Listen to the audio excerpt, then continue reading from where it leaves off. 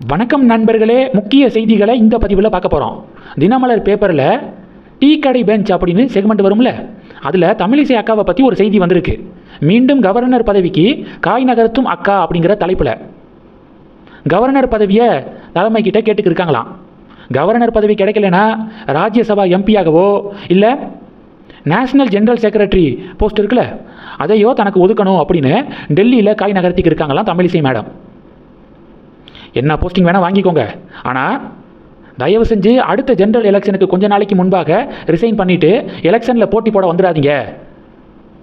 எந்த பதவி கிடைக்குதோ அந்த பதவியிலேயே எவ்வளவு காலம் வேணால் இருந்துக்கோங்க, ஆனால் திடீர்னு ரிசைன் பண்ணிவிட்டு இன்னொருத்தவங்களுக்கு கிடைக்கக்கூடிய வாய்ப்பை பறிச்சிடாதீங்க அப்படின்னு பாஜகவில் இருக்கிறவங்களே அட்வைஸ் பண்ணுறாங்க கமெண்ட் செக்ஷனில், சமூக வலைதளம் மூலமாக.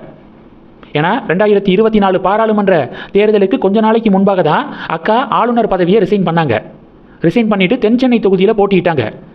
பாவம் எஸ்ஜி சூர்யா அந்த தென் சென்னை தொகுதிக்காக பல வருடங்கள் ஒர்க் பண்ணியிருக்காரு. ஆனால் திடீர்னு தெலுங்கானா புதுச்சேரி ஆளுநர் பதவியை ராஜினாமா பண்ணிவிட்டு நான் தேர்தலில் போட்டியிடுவேன் அப்படின்னு வந்ததுனால தென் சென்னை தொகுதி அவங்களுக்கு ஒதுக்கப்பட்டுச்சு. எஸ்ஜி சூர்யாவுக்கு போக வேண்டிய வாய்ப்பை இவங்க எடுத்துக்கிட்டாங்க. இனிமேல் அப்படி எதுவும் பண்ணிடாதீங்க அப்படின்னு அட்வைஸை பலர் சமூக வலைதளம் வாயிலாக கொடுத்துக்கிருக்காங்க.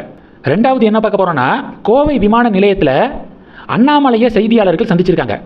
அண்ணாமலை செய்தியாளர்களை சந்திக்கலை, செய்தியாளர்கள் ஒன்றா சேர்ந்து அண்ணாமலை கிட்ட மைக்கை நீட்டி கேள்விக்கு மேலே கேள்வியாக கேட்குறாங்க.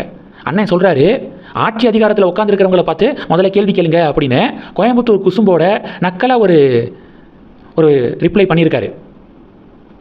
அண்ணனுடைய பாடி லாங்குவேஜை பார்க்கும்போது ரொம்ப கம்ஃபர்டபுளாக ரொம்ப தெளிவாக இருக்கார். எந்த ரூட்டில் போகிறோம், எப்போ என்ன பேசணும் அப்படிங்கிறதுல தெளிவாக புரிதலோடு இருக்கார் அப்படின்னு தான் எனக்கு தோணுது.